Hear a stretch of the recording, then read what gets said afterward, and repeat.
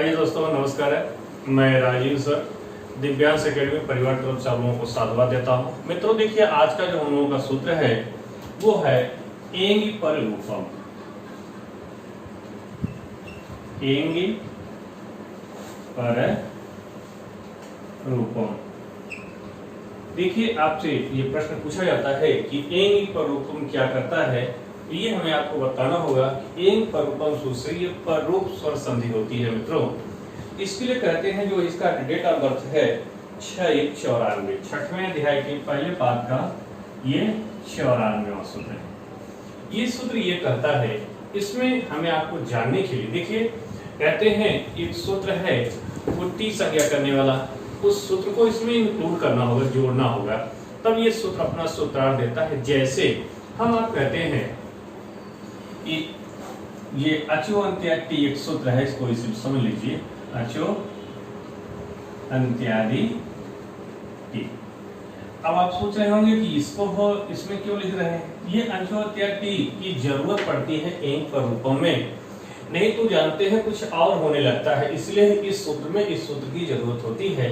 ये कहता है अच, अच का मीनिंग स्वर, कहते हैं अंत्यादि, जो अंतिम क्या हो, ये अंतिम अच हो, अथवा अंतिम अच के बाद ये कोई व्यंजन हो। बस इतना ही कहता है कि अंतिम अच हो अथवा अंतिम अच के बाद ये कोई व्यंजन हो, इन दोनों की टी संज्ञा हो जाए। टी संज्ञा का फल होता है लोप हो जाएगा। अब आप सोच रहे होंगे कि ये भी लोप हो जाए, ये भी लोप हो जाए। ये कहते हैं, जैसे उदाहरण देखते हैं हम लोग, कहते हैं मनस। मनस में जो है इन्हें हम लोग तोड़ते हैं तो म अ न अ स, तो अंतिम अस्वा को यही है। देखिए, अब अंतिम अच्छी बात कौन आ रहा है, व्यंजन। इसका मतलब पूरे समुदाय को यहाँ से टी करके लोप कर दिया, हटा दिया जाए। ऐसे ही अगर हम आपसे कहें ये अंतिम में केवल स्वर आ रहा हो, जैसे प्र, प्र को तोड़िए तो पी आर, ये यही तो होता है भाई। अब देखिए अंतिम अच कौन है, ये है, इसको टी करके आप लोप कर ले, तो यही चीज यहाँ पर है, जरूरत महसूस होती है, इसीलिए अचो अंत्यादि टी को जो है इसमें हाईलाइट किया जाता है। तो आइए सूत्र का सूत्रार्थ देखते हैं। ये सूत्र कहता है अचो अंत्यादि टी कि अंतिम अच और अंतिम अच वाले व्यंजन हो, पूरे समुदाय की टी संज्ञा हो जाए। तो इसमें जो है इसकी आवश्यकता कैसे महसूस होती है, ये इसको हम लोग महसूस करें। पहले सूत्र को लिखते हैं। सूत्र है, कहता है कि आकारांत उपसर्ग के बाद, आकारांत उपसर्ग के बाद ए अथवा ओ किसी धातु का आवे, किसी किसका आवे, धातु का आवे तो टी संज्ञा होकर के एंग पर रूपम सूत्र से, एंग पर रूपम सूत्र से पर रूप स्वर संधि हो जाए, स्वर संधि हो जाए,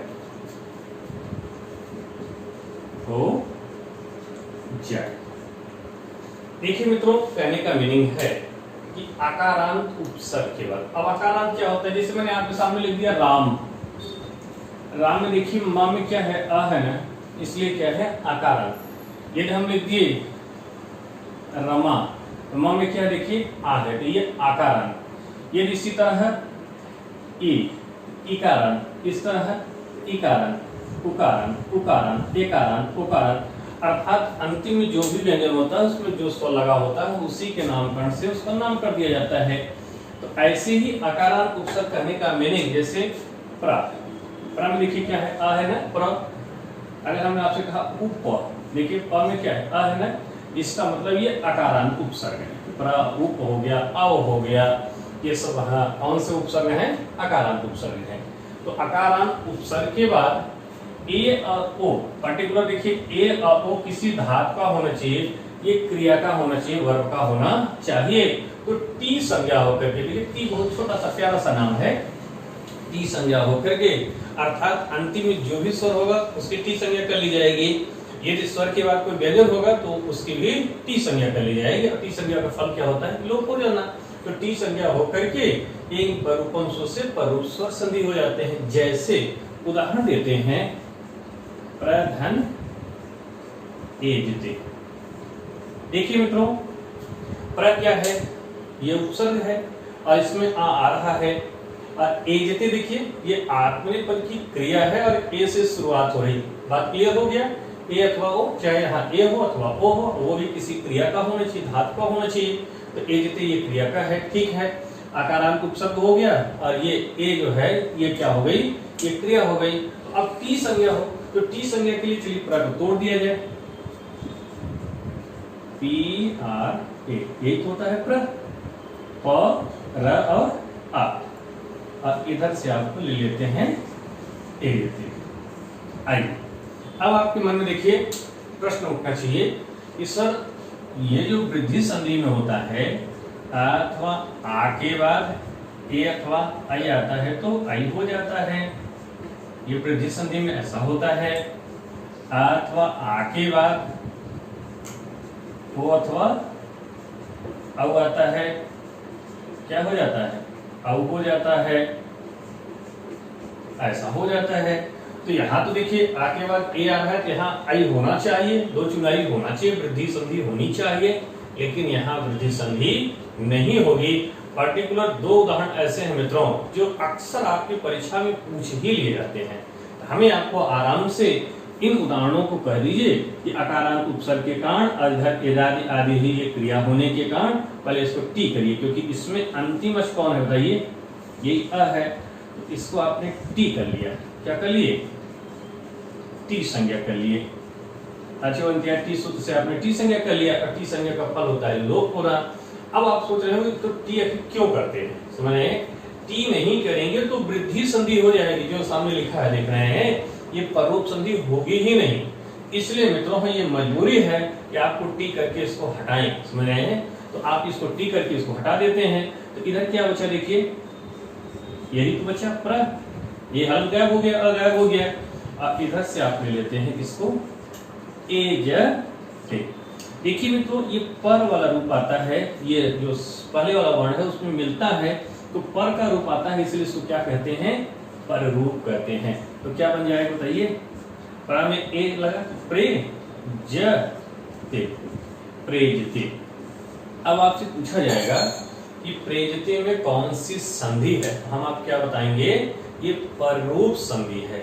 अब देखिए जो व्यक्ति इस उदाहरण से परिचित नहीं होगा, जो इसको नहीं देखा होगा, तो वो कैसा संधि विच्छेद करेगा? वो कहेगा ऐसा है, लगता है आ और ई मिलकर के ए हुआ है, लगता है गुण संधि हुआ है, वो गुण टिक करके चला आएगा।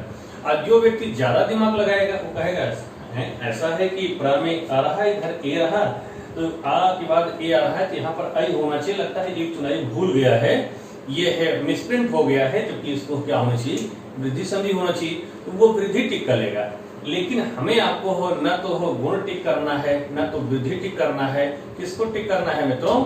ये पररूप को, क्योंकि पररूप में यहाँ टी होकर के लोप हुआ है, पर वाला जाकर के पहले वाले वर्ण में मिला है और इसीलिए इसको पररूप संधि कहा जाता है। और ये उदाहरण आपकी परीक्षा में सच में आएगा आएगा आएगा, समझ रहे हैं? ऐसा लग रहा है, क्योंकि जो कुछ विशेष होता है वो जरूर परीक्षा में पूछा जाता है। यूजीसी नेट में भी ये पूछा गया था, जो पिछला यूजीसी नेट का पेपर हुआ था, और ये टेट में भी आया है, समझ रहे हैं? 1-2 साल पहले का जो टेट हुआ था उसमें भी ये पूछा जा चुका है। तो प्रेजते में कौन सी संधि है? क्या आप बताएंगे? ये मित्रों पररूप स्वर संधि। इसी तरह एक एग्जांपल और है, कहते हैं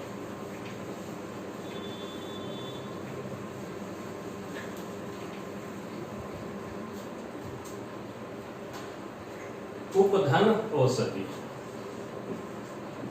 उप प्लस देखिए उपधन औषधि। मित्रों वही सिस्टम यहां भी हो गया। देखिए अगर आप इसको तोड़ते हैं, उप कर लीजिए, प में क्या है बताइए, बाहर कर लिए और इधर अपने ओ से। ऐसा भी परीक्षा में पूछा जाएगा, पररूप संधि किसका अपवाद देता है, तब बता दीजिए वृद्धि का अपवाद देता है। यहाँ पर वृद्धि होना चाहिए, प्रजित में भी वृद्धि होना चाहिए, इसमें भी वृद्धि होना चाहिए, लेकिन वृद्धि नहीं कराया जा रहा है, पररूप कराया जा रहा है। ऐसा भी आपको जवाब देना होगा। तो देखिए यहाँ पर भी वृद्धि संधि हो रही नहीं भाई, आ अथवा आ के बाद ओ अथवा अब आता है तो अब हो जाता है वृद्धि में। और यहाँ भी वही सिस्टम लागू है, वृद्धि बन रहा है लेकिन वृद्धि बनाना नहीं है। तो आपको इसको क्या बताना होगा, ये टी हो गया, क्या हो गया, टी संज्ञा होकर के लोप हो गया। तो क्या बताइए क्या बचा, उपो। यहां से क्या लेते हैं, ओषधि।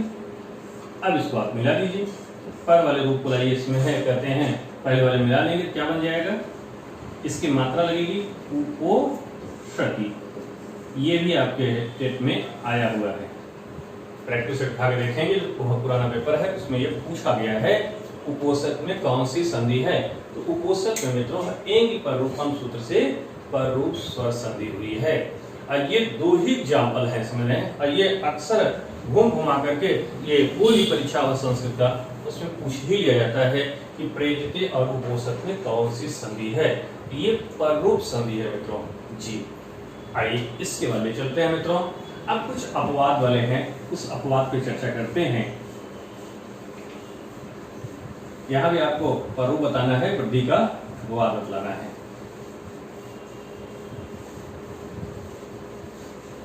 एक वार्तिक है, वार्तिक किसका है, कात्यायन जी का है। कहते हैं अच्छा दोहिम्याम उपसंख्यानम।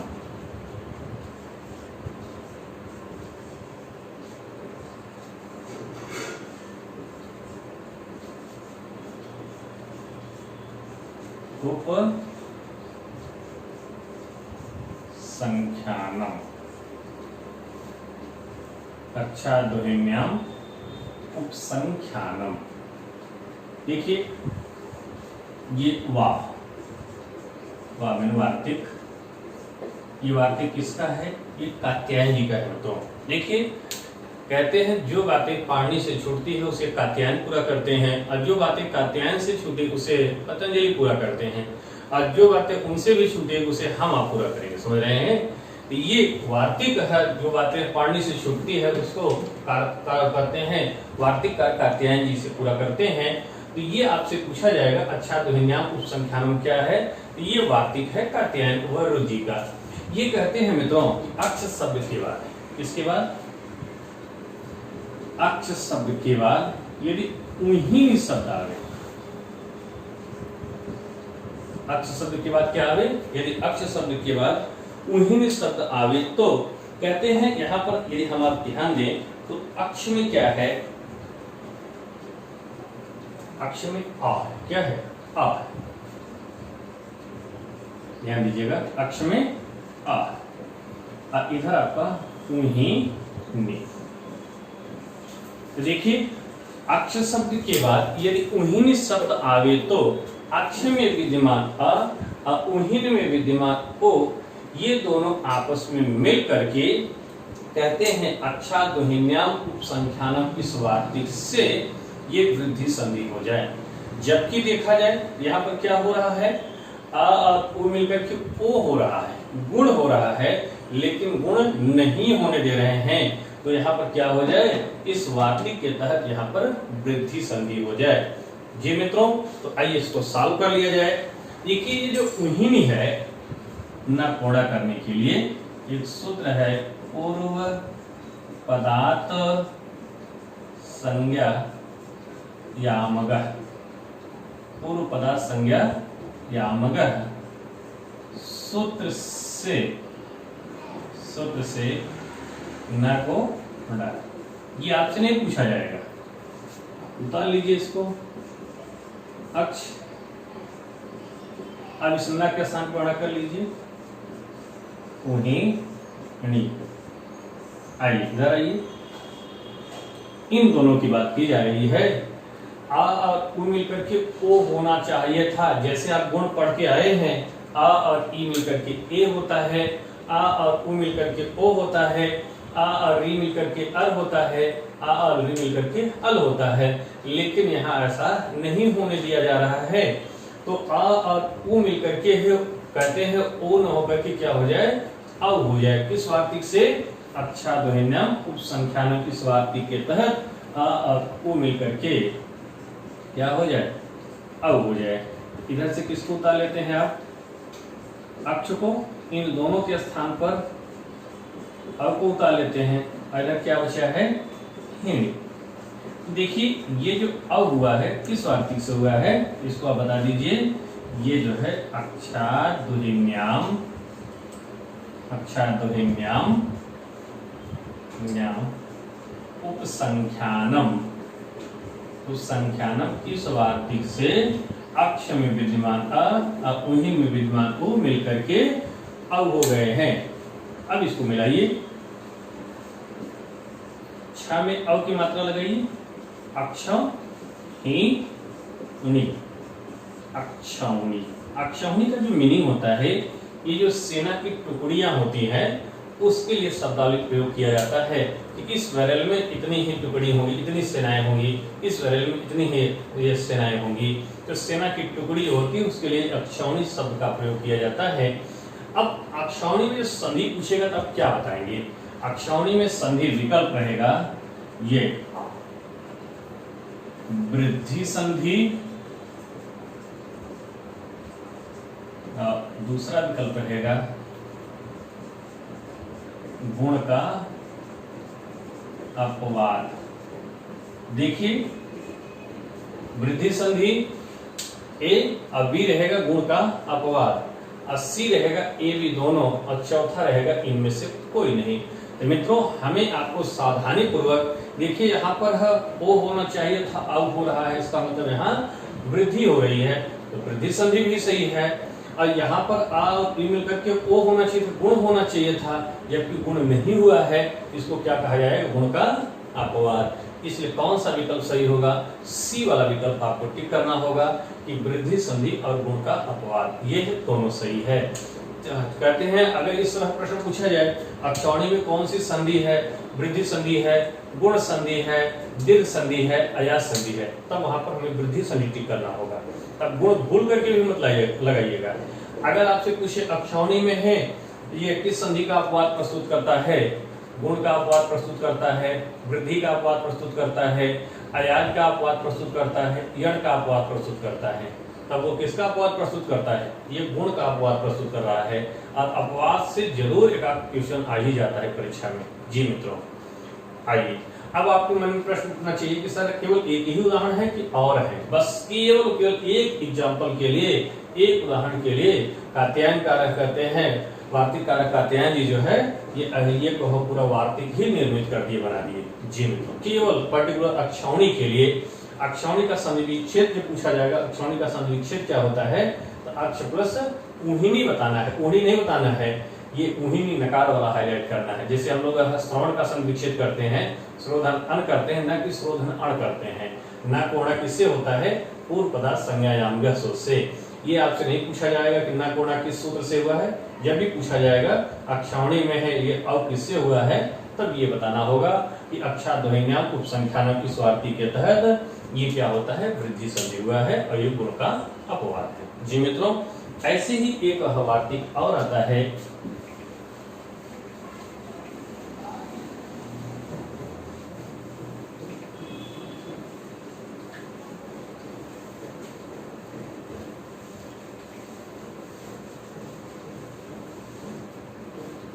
स्वादी,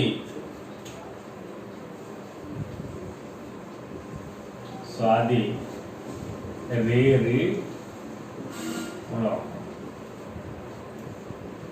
ये भी क्या है, वार्तिक है, कात्यायन जी का ही है, ये भी कात्यायन का ही है।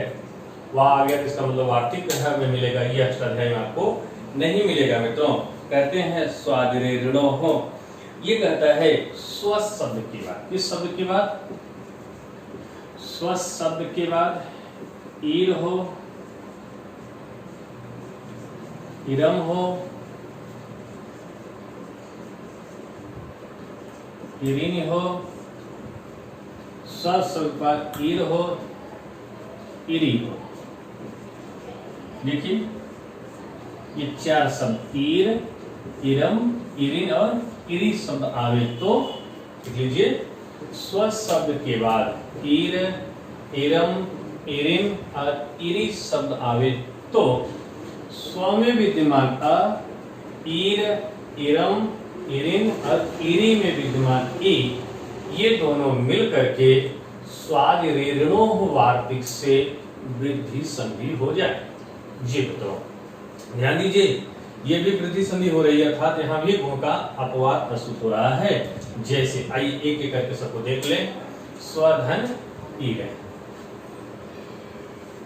स्व प्लस ईर कर लीजिए, तो ईर कर लीजिए। जब इसको देखते हैं तो स्व में क्या है बताइए, अ है, निकाल लीजिए। इधर से आप ईर कर लीजिए। देखिए मित्रों, आ और ई मिलकर क्या होता है, गुण में आ और ई मिलकर के ए होता है, आ और उ मिलकर के ओ होता है, आ और री मिलकर के अर होता है, आ और री मिलकर के अल होता है। तो यहाँ पर स्थिति आ और ई मिलकर के ए वाली हो रही है, लेकिन ये है स्वाद ऋणो वार्तिक होने नहीं दे रहा है। ये स्व शब्द के बाद यदि ईर, इरम, इरिन और इरी आवे तो स्व का अ और ईर, इरम, इरिन और इरी का ई, ये दोनों मिलकर के क्या हो जाए, वृद्धि हो जाए। इसका मतलब ये ए न होकर के क्या हो जाए, आई हो जाए, तभी तो वृद्धि होगा। इधर से आप उतार लेते हैं स्व को और इन दोनों के स्थान पर आई। इधर क्या बचा है बताइए, रा। अब इसको आप जोड़ दीजिए, तो जोड़ेंगे इसके लिए कितनी चुनाइयां होती हैं, 2। स्वैर, स्वैर, स्वैर का मीनिंग होता है स्वतंत्र घूमने वाला। तो स्वैर में कौन सी संधि हुई, वही बात, ये वृद्धि संधि। कौन सी संधि,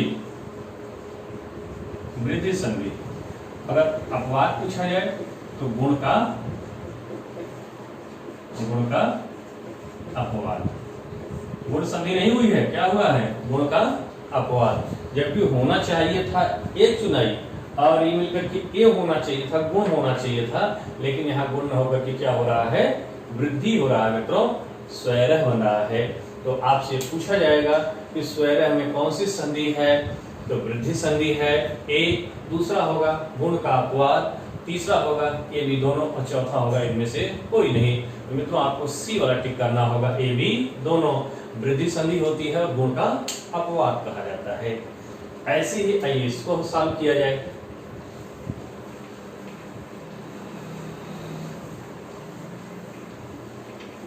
स्वधन हीरो, स्व प्लस हीरो, तोड़िए इसको। स्व से क्या निकला, इधर सब ले लेते हैं इरम। अब देखिए इन दोनों की आपस में संहिता संज्ञा, और इसके बाद स्वाद ऋणो वार्तिक से आ और ई मिलकर के क्या होगा, आई होगा। जबकि होना क्या चाहिए था, ए होना चाहिए था, गुण होना चाहिए था, लेकिन गुण नहीं होता है। इधर से आप बता लेते हैं स्व, इन दोनों के स्थान पर आई, और इधर से क्या ले लेते हैं रम। अब इसको जोड़ दीजिए तो बन जाएगा स्वैर। स्वैर में कौन सी संधि है, वृद्धि संधि है और गुण का अपवाद है। इसी तरह स्वधन इरी, स्वधन इरी, स्व प्लस इरी, तोड़िए मित्रों। स्व क्या निकल गया, अब इधर से आप इरी ले लेते हैं। देखिए ये दोनों मिलकर के वही संहिता संज्ञा है। इसके बाद स्वाद से क्या हो जाएगा, ये आई हो जाएगा, जबकि होना चाहिए था गुण, लेकिन गुण नहीं होने दिया जा रहा है। तो स्व और इन दोनों के स्थान पर आई, इधर क्या बचा है री। अब जोड़ दीजिए कि क्या बन जाएगा, ये स्वैरी। स्वैरी का मीनिंग होता है स्वतंत्र घूमने वाली, स्वच्छंद घूमने वाली। इसी तरह स्वधन इरिन का भी बना लीजिए।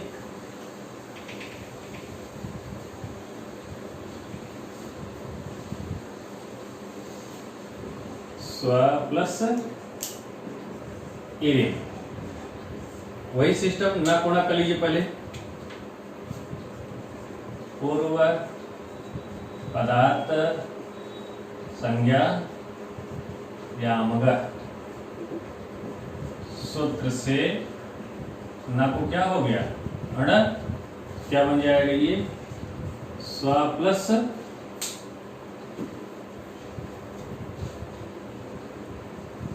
एरी ना के स्थान क्या हो जाएगा डी। अब इसको आप तोड़िए तो स्व से क्या निकला अब इधर से आप क्या ले लेते हैं एरी डी। अब देखिए वही बात संहिता संज्ञा और स्वादिग्राम वार्तिक से क्या हो जाएगा और ई मिल करके यहाँ पर आई होगा, जबकि होना क्या चाहिए था ए होना चाहिए था। तो इधर से आप किसको ले लेते हैं स्व को, इन दोनों के स्थान पर आई। इधर क्या बचा है बताइए री नी। अब जोड़ दीजिए, इसको जोड़िए मित्रों। देखिए स्व आई ये दो चुनाई, इसके बाद री णी तो स्वैरिणी। स्वैरिणी में कौन सी संधि है स्वैरिणी में ये वृद्धि संधि है। ये किसका अपवाद है गुण का अपवाद है मित्रों। जी मित्रों ये प्रसंग आपका यहाँ पर समाप्त होता है। इसके बाद हम लोग 100 वीडियो में मिलेंगे, तब तक के लिए बाय।